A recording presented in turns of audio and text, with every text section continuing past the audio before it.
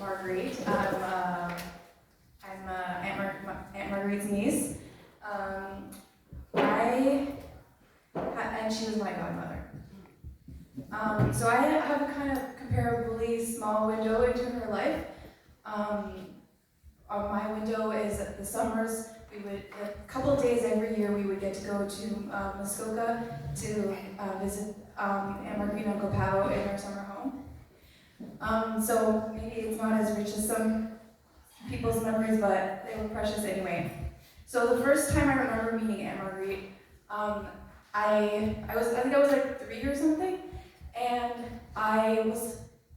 because she had the same name as me, and she was my godmother, and she was, as sophisticated as my dad, because I was the same age as him, I formed certain notions about who she might be. When I met her, I was very confused because her hair was short, and I thought she would be more like a princess, and she was wearing shorts, not a dress, so I was kind of confused. So I asked her several times on the boat ride over to their home, "Are you my Aunt Marguerite?" Just to confirm. But every time she graciously said, "Yes, I'm her Aunt Marguerite." One thing that I learned about Aunt Marguerite is that she loves Costco. And I realized that even more this last year. I got a Costco membership, and I would be walking through the store and I would keep seeing big boxes of chocolate bars that I would see at her cottage, or Baldur's and cheese that I would see at her cottage. Even like a couple weeks ago, I went to the garden center for the first time, and I saw all these plants, which I'm sure were the ones that would line the fences at her cottage. So I've been thinking a lot about her this last year, only because I've been going to Costco. I also remember like all the things she would bake at the cottage. She would make oatmeal raisin muffins, and my favorite blueberry pies. She would ask me, what dessert do you want me to make? And I would always ask her for the blueberry pies. And another thing I remember about her is that she would always bring presents.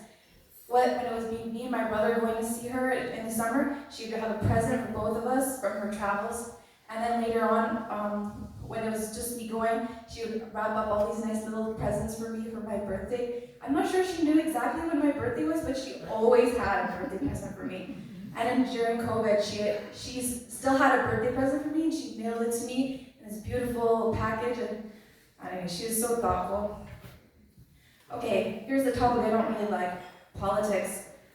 One of my least favorite memories about being at Muskoka would be the conversations about politics that would take place in the hot tub over margaritas that my dad had made. I don't like politics because I feel like it brings out the worst in people, because people cling so hard to the whole party line instead of individual pieces. But I've learned over time that she did not let politics dictate who she would love, or what stories she would allow to touch her heart. I remember many stories of people she just would meet, or stories she would read that touched her heart, that didn't always align with, a strict party line policy, and I just thought that was so beautiful. And in fact, politics aside, it was so rare for me to hear her speak ill about anyone. She would talk with such kindness, tenderness, love, and honor and respect of so many people who had hurt her or her community, or who were in the process of making really bad decisions in their lives. She just always spoke with honor and tenderness about each one. And she was always ready to listen, even if you were not doing the wisest things. She was always ready to care. She was not afraid of speaking words of correction, but they were always laced in love. The last few summers, we've not been able to see Aunt Marguerite and Uncle Pao as often as we would like because of COVID and illness and stuff like that. So that's been a bit sad. But even so, Aunt Marguerite would always be wanting to reach out, wanting to know how I was doing, and sharing stories about her grandchildren's lives and her great-grandchildren's lives, and grandchildren and great-grandchildren. I hope you know that how closely she followed every single one of your successes and your heartaches, because I would hear about them.